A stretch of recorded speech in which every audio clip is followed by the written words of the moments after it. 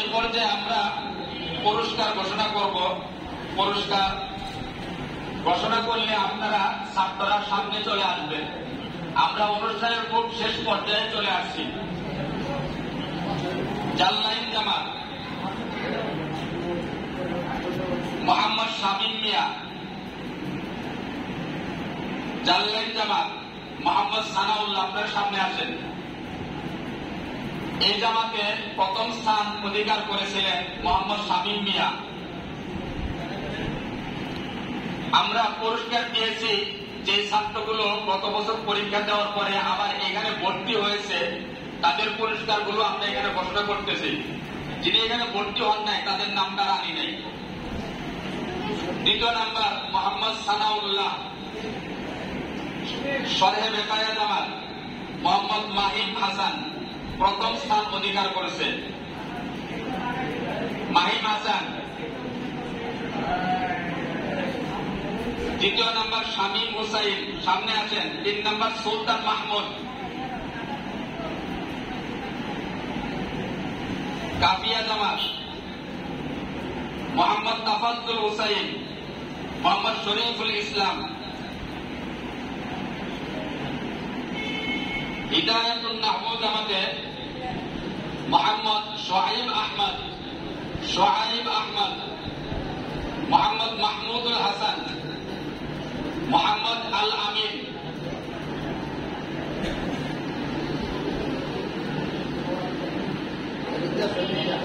নাহবিবিন জামাত মোহাম্মদ মাসুম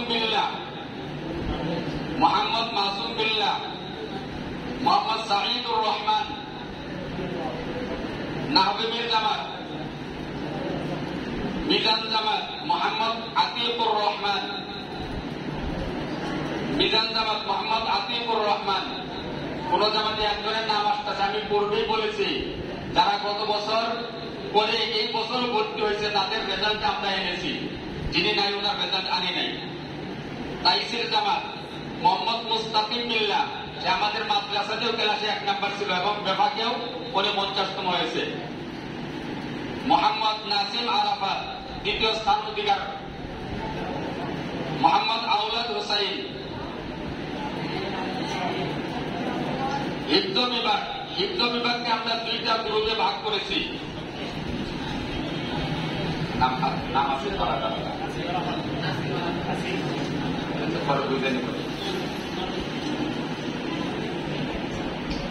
হিফজ বিভাগ 2টা বিভাগে আমরা ভাগ করেছি, 2টা গ্রুপে। 30 পারা যারা পুরা কোরআন হিফজ করেছে তাদের মধ্যে 1 নম্বর হয়েছে মোহাম্মদ আল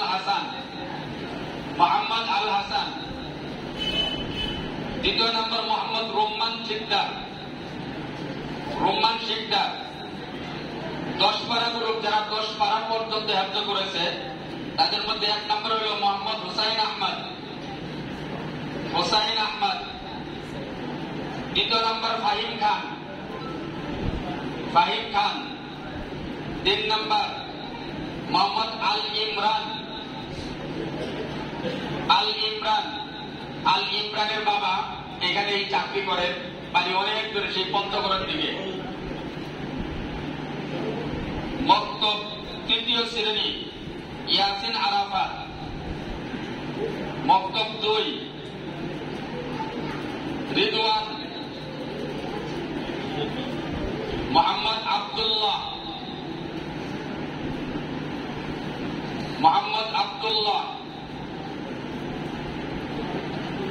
মক্তব 1 প্রথম শ্রেণী মোহাম্মদ আতিকুল ইসলাম। মোহাম্মদ তামজিদ হাসান। নাজারা বিভাগ গোলাম রব্বি। দ্বিতীয় স্থান অধিকার করছে জাহিদ হাসান।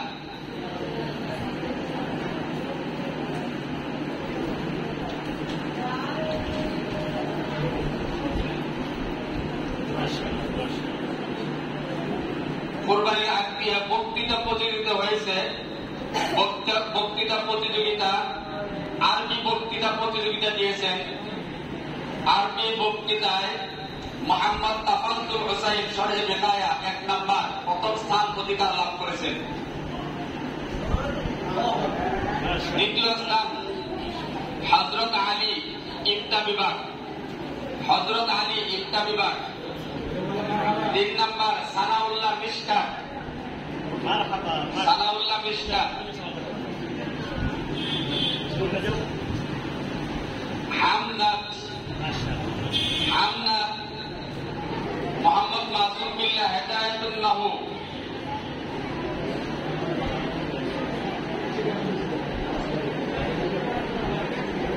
দ্বিতীয় নাম্বার মোহাম্মদ রাশিদুল ইসলাম মিজান।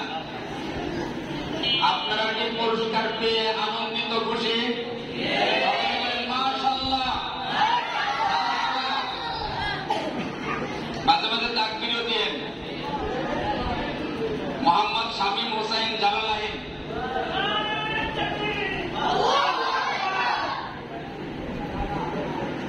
কোরআন তিলাওয়াত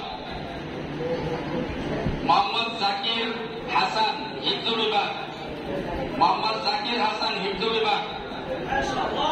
মোহাম্মদ সাব্বির হিফজ বিভাগ।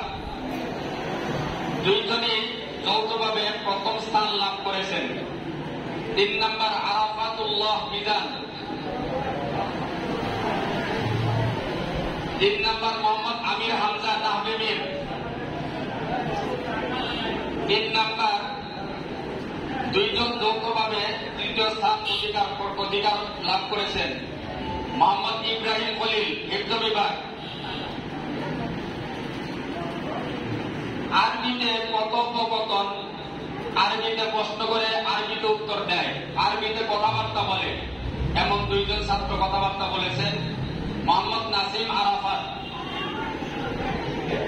মোহাম্মদ নাসিম আরাফাত। আর দ্বিতীয়জন হল মোহাম্মদ জিহাদুল ইসলাম। আলহামদুলিল্লাহ, যারা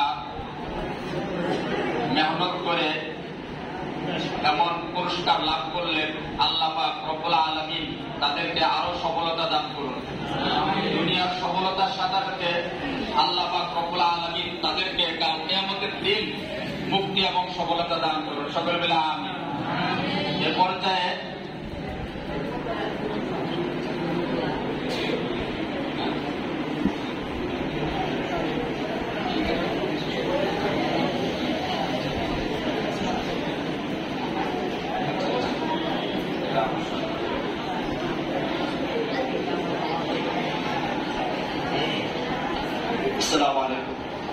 আমি অনুষ্ঠানের শুরুতে একটি ঘোষণা দিয়েছিলাম যে আমাদের মাদ্রাসার আজকে যে সম্মেলন ছিল আমাদের অভিভাবক সম্মেলন।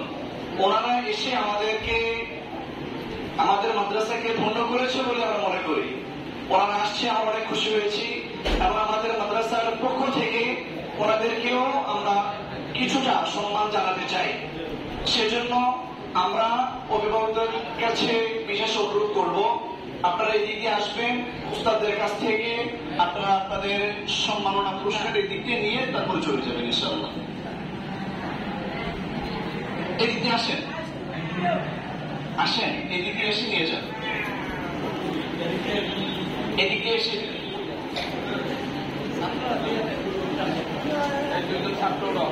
এই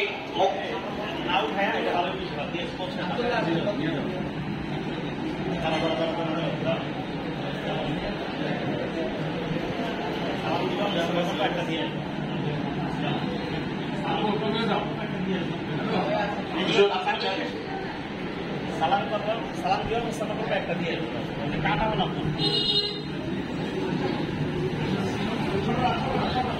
10 বছরের নিচে বয়স যাদের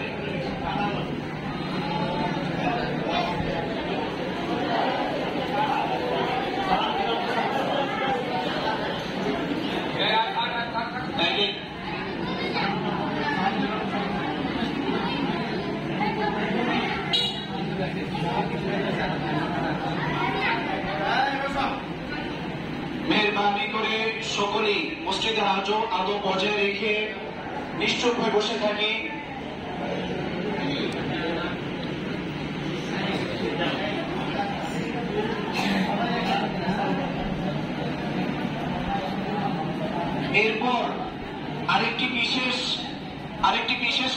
আমাদের রয়েছে, সেটাও আমরা আমাদের মাদ্রাসা কর্তৃপক্ষ থেকে সেটার আয়োজন করেছি। সেটা হচ্ছে আমাদের মাদ্রাসার সম্মানিত আসাদা কেরাম যারা এখানে এই মজলিসে উপস্থিত রয়েছে, ওনাদেরকেও আমরা এভাবে সম্মান জানাতে চাই। উপস্থিতি সম্মাননা যেটাকে বলা হয়, আমরা চাই আমাদের সকল ওস্তাদরাও সেভাবে সম্মান পায়। আজকে যারা তাবলিগে যাওয়ার নিয়ত করেছি, মেহরবানি করে তারা সামনে আসুন। তাদেরকে আমরা চাই তারা হুজুরদেরকে সম্মান করে তাদের কাছ থেকে দোয়া দিয়ে তারপর আপনারা দিনের কাজে বের হবেন ইনশাআল্লাহ। সকলেই একটু সামনে চলে আসেন।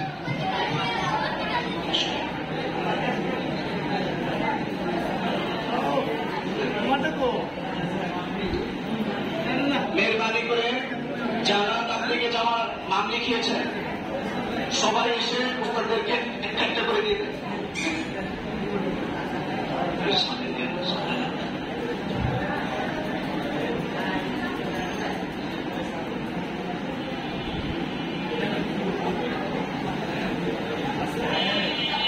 সম্মানিত মোহতামিম সাহেব, বলে দেন আমাদের নায়বের মোহতামিম সাহেবকে দেন।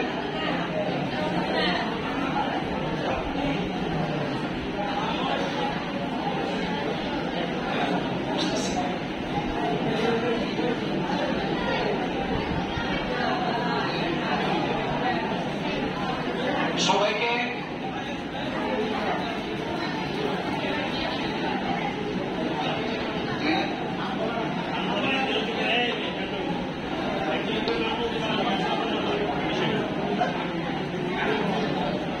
আলহামদুলিল্লাহ। ছাত্র ভাই, তোমরা কথা না বলে যার যার জায়গায় চুপ করে বসে যাও।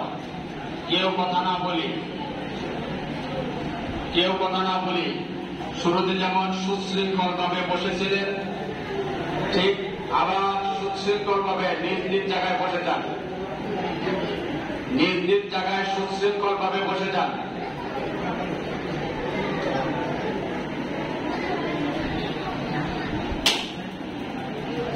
আলহামদুলিল্লাহ, আমরা অনুষ্ঠানের একবারেই শেষ পর্যায়ে চলে আসছি। আমাদের প্রধান মেহমান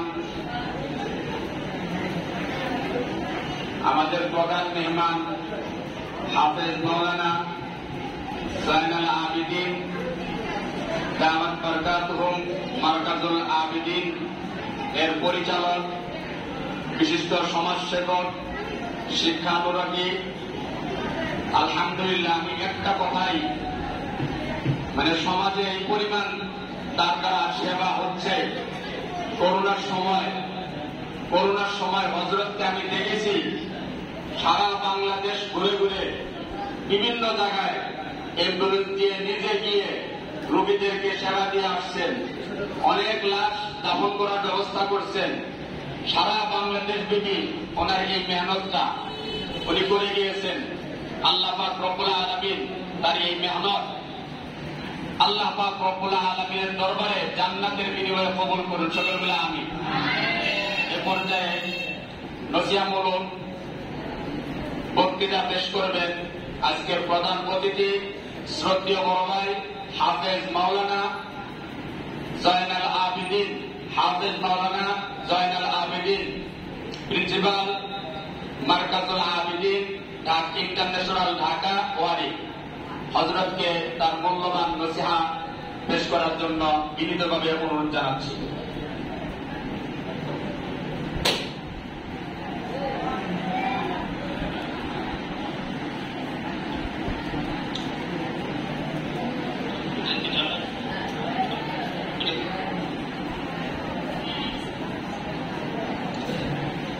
السلام عليكم ورحمة الله وبركاته. نحمده ونصلي على رسوله الكريم. أما بعد فأعوذ بالله من الشيطان الرجيم. بسم الله الرحمن الرحيم. ولقد يسرنا القرآن للذكر فهل من مدكر. وعن علي رضي الله تعالى عنه قال قال رسول الله صلى الله عليه وسلم أدبوا أولادكم على 3 خصال: حب نبيكم وحب أهل بيته وقراءة القرآن، فإن حملة القرآن في ظل الله يوم لا ظل إلا ظله، أو كما قال عليه الصلاة والسلام. صدق الله مولانا العظيم وصدق رسوله النبي الكريم. আজকের এই পুরস্কার বিতরণী অনুষ্ঠানের সম্মানিত সভাপতি, মুআজ্জাজ আসাতিজা ইকরাম, সম্মানিত অভিভাবকবৃন্দ, মাদ্রাসার প্রিয় শিক্ষার্থীরা, আল্লাহ তাআলার জন্য শুকরিয়া আদায় করি যিনি আমাদেরকে সুন্দর একটি দ্বীনি অনুষ্ঠানে একত্রিত হওয়ার, কিছু সময় দিয়ে অংশগ্রহণ করার জন্য সুযোগ দান করেছেন। সে মহান রব্বুল আলামিনের জন্য শুকরিয়া আদায় করি, আলহামদুলিল্লাহ। কোরআন কারীমের একটি আয়াত আখিরাতের সফলতা অর্জনের জন্য এটাকে সহজ করে দিয়েছি। ফাহাল মিন মুত্তাকিন। সহজটা কাদের জন্য? যারা চেষ্টা করবে, যারা অগ্রসর হবে, যারা বোঝার চেষ্টা করবে তাদের জন্য। যারা এটাকে শেখার চেষ্টা করবে, চেষ্টাকারীদের জন্য আল্লাহ তাআলা এটাকে সহজ করে দেবেন, অন্যদের জন্য অনেক কঠিন। যারা এটাকে আমল করার চেষ্টা করবেন তাদের জন্য সহজ, অন্যদের জন্য অনেক কঠিন। যারা এই কোরআনের মাধ্যমে সফলতা অর্জনের চেষ্টা করবেন দুনিয়াতে এবং আখিরাতে, চেষ্টাকারীদের জন্য সহজ, অন্যদের জন্য এটা অনেক কঠিন। রাসূল আকরাম সাল্লাল্লাহু আলাইহি ওয়াসাল্লাম কোরআনের হাফেজ, কোরআনের আলেম যারা, তাদের অনেক অনেক পুরস্কারের কথা ঘোষণা করেছেন। ছোট ছোট বাচ্চারা যে কোরআন হিফজ করে, এটা আপনি চিন্তা করলে, আমরা বড়রা চিন্তা করলে তো এটা অনেক কঠিন, কিভাবে এটা সম্ভব? কিন্তু তারা চেষ্টা করতেছে বিধায় আল্লাহ তাআলা তাদের জন্য এটাকে সহজ করে দিয়েছেন। রাসূল আকরাম সাল্লাল্লাহু আলাইহি ওয়াসাল্লামের অসংখ্য অগণিত হাদিস থেকে একটি হাদিসের অংশ বিশেষ তেলাওয়াত করেছি।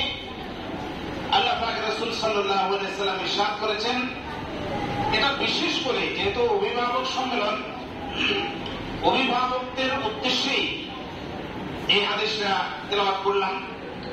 আল্লাহ পাক রাসূল বলেন, আদিবু আওলাদাকুম আলা 3 খিসাল। আল্লাহ তাআলা যে আপনাকে সন্তান দান করেছেন, সন্তান দিয়ে কি করবেন, কি শিক্ষা তাকে দিবেন, এটা কি কাজে লাগবে, তাকে কিভাবে আপনি ব্যবহার করবেন।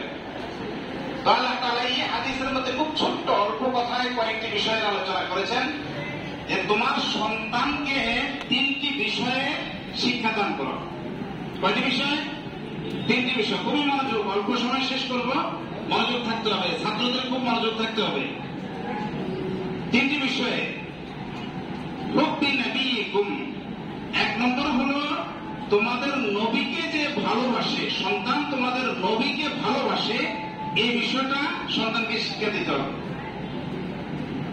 সন্তান যাতে নবীকে ভালোবাসে, নবীকে ভালোবাসার মধ্যে সবকিছু চলে আসবে, দুনিয়ার এবং আখিরাতের সকল সফলতা চলে আসবে। সে কিভাবে তার দুনিয়ার জীবন অতিবাহিত করবে, সে কিভাবে তার দুনিয়ার জীবন অতিবাহিতের মাধ্যমে তার জন্য সফলতা আনবে এবং আপনার জন্য সে কিভাবে সফলতা আনবে, সবকিছু চলে আসবে নবীর ভালোবাসার মাধ্যমে। ওয়াহুব্বি আহলি বাইতিহি, এবং রাসূলের নবীর আহলে বাইত যারা নবীর পরিবারের, তাদের প্রতি ভালোবাসা, এটা আপনি শিক্ষা দিতে হবে আপনার সন্তানকে। কাকে সে ভালোবাসবে, দুনিয়াকে কাকে সে বিশ্বাস করবে, কাকে ভালোবাসবে আপনার সন্তান, এটা আপনি তাকে শিক্ষা দিবেন। রাসূল আকরাম সাল্লাল্লাহু আলাইহি ওয়াসাল্লামের অসংখ্য অগণিত হাদিসের মধ্যে এই যে আলেমদের যে মর্যাদা, আপনার সন্তান যদি দ্বীনি ইলম শিক্ষা করে, তিনি একজন আলেম। আল্লাহ পাক রাসূল বলেছেন, ইন্নাল উলামা ওয়ারাসাতুল আম্বিয়া, যে আলেম যারা কোরআন ও হাদিসের ইলম অর্জন করছেন তারা নবীদের ওয়ারিস। দাদা মারা গেছেন, দাদার সম্পত্তির মালিকানা পেয়েছেন কে? বাবা। তাহলে দাদার ওয়ারিস হলেন বাবা। আল্লাহ পাক রাসূল বলেন যে আলেমরা হলেন নবীর ওয়ারিস। তো এই কথাটার ব্যাখ্যা প্রমাণ করে দিয়েছেন, ওয়াইনাল আম্বিয়া লাম ইউরিসু দিনারাম ওয়ালা দিরহামা। দাদা যে মারা গেছেন সেখানে বাবার সম্পত্তির মালিক হয়েছেন, কিন্তু ওলামারা রাসূলের কিসের ভিত্তিতে ওয়ারিস হলেন? তো সেখানে হলো ইলমের ওয়ারিস, ইলম আল্লাহ পাক ওহীর মাধ্যমে যে ইলম রাসূলের কাছে পাঠিয়েছেন সেটা থেকে আলেমরা শিক্ষা গ্রহণ করেছেন, সেই ইলমের ওয়ারিস। আর আল্লাহ পাক রাসূল বলেন ফামান আখাযাহু আখাযা বিহাজ্জিল ওয়াফির, যে যতটুকু ইলম অর্জন করেছেন তিনি তত বড় ওয়ারিস হিসেবে নিজেকে প্রতিষ্ঠিত করেছেন। তা আপনার সন্তান যদি রাসূলের ওয়ারিস হয়, এর চেয়ে বড় আপনার জন্য সৌভাগ্যবান আর কি হওয়ার বিষয় আছে? আর সৌভাগ্য হওয়ার মতো আর কি বিষয় আছে? আপনার সন্তান রাসূলের ওয়ারিস। দুনিয়ার হায়াতের মধ্যে আমরা যদি একটু দেখি, আপনারা যারা সমাজে অভিভাবক বৃন্দ যারা সন্তানকে মাদ্রাসায় পড়াশোনার জন্য মাদ্রাসার প্রতিষ্ঠানকে বাছাই করেছেন, আপনাদেরকে অভিনন্দন এবং আপনারা সঠিক কাজ করেছেন। আজকে আপনি দেখেন যে বিভিন্ন ধরনের শিক্ষা গ্রহণ করে, বিদ্বেষমূলক না, হিংসামূলক না, বাকি বাস্তবমূলক কথা বলি, বিভিন্ন ধরনের উচ্চ স্তর শিক্ষা গ্রহণ করে সরকারের ভালো ভালো প্রতিষ্ঠানে অনেক বড় চাকরিজীবী হয়ে বা দুনিয়াতে ব্যবসা বাণিজ্য করে অনেক সুপ্রতিষ্ঠিত হওয়ার পরেও অনেকের মা বাবা আছেন যারা বৃদ্ধাশ্রমে থাকেন। এরকম ঘটনা কি আপনাদের জানা আছে কিছু? একেবারে আপনাদের খুব কাছের, আমাদের এই খুব কাছের এলাকা, আমি বললে আপনারা বুঝবেন। 5 তলা বাড়ির মালিক, তার সন্তানরা এই বাবাকে, যে বাবা 5 তলা মালিকের বাড়ি মালিকানা সন্তানদেরকে দিয়ে করে দিয়েছেন তার জীবনের রক্ত ঘাম শ্রম সবকিছু দিয়ে, এই বাবাকে বৃদ্ধ অবস্থায় কমলাপুর রেল স্টেশনের কাছে রেখে চলে গেছেন কয়েক বছর আগের ঘটনা। এটা আপনাদের জানা আছে। তাহলে বাবার কি অপরাধ ছিল? অপরাধ একটা জায়গাতে আছে, যে হাদিসটা আমি তেলাওয়াত করেছি, এই হাদিসের উপর আমল করা হয়নি। এই বাবা যদি নিজে যদি তার সন্তানকে রাসূলের মহব্বত শিক্ষা দিতেন আর রাসূলের ওয়ারিস বানাইতেন, তাহলে তার 5 তলা বাড়ি থাকুক আর কিছুই না থাকুক, অন্তত শ্রদ্ধা সম্মান সন্তান থেকে পেতেন। এই ঘটনা ঘটতো না। আজকে সম্ভবত 1-2 দিনের মধ্যে একজন মহিলা আফসোস করতেছেন, তার সন্তানদেরকে উচ্চ শিক্ষায় শিক্ষিত করেছেন, কিন্তু তিনি আজ সাভার অথবা আমাদের এই যে গাজীপুরের একটা বৃদ্ধাশ্রমে আছেন। তো তিনি আফসোস করতেছেন যে সন্তানরা এখন খবরে নেয় না, কিন্তু উনি অপেক্ষায় যে আমার সন্তান আসবে যে কোনো সময় দেখা করার জন্য। এই দুঃখ দুর্দশাগুলো কেন হয়? দ্বীনি ইলম শিক্ষা না দেওয়ার কারণে। আপনি মনে যদি করেন যে আমি আমার সন্তানকে আর দুনিয়াতে এনে শিক্ষা দিয়ে অনেক বড় অফিসার করবো, অনেক বড় সুপ্রতিষ্ঠিত করবো, এটা স্বপ্ন হতেও পারে, নাও হতে পারে। কিন্তু দ্বীনি ইলম চর্চায় আপনি একটা সন্তানকে শুরু করেছেন, আজকে যদি সন্তান বিসমিল্লাহ পড়ে, ওই বিসমিল্লাহ পড়ে যে সওয়াব সেটা আপনার আমলনামা হয়ে গেছে, নগদ লাভ, নগদ। আর দুনিয়ার যেটা আপনি অনেক 10-15-20 বছর পর্যন্ত পড়াইতে শেষ পর্যন্ত আসার পরে তার ইনকাম আপনার কোনো কাজ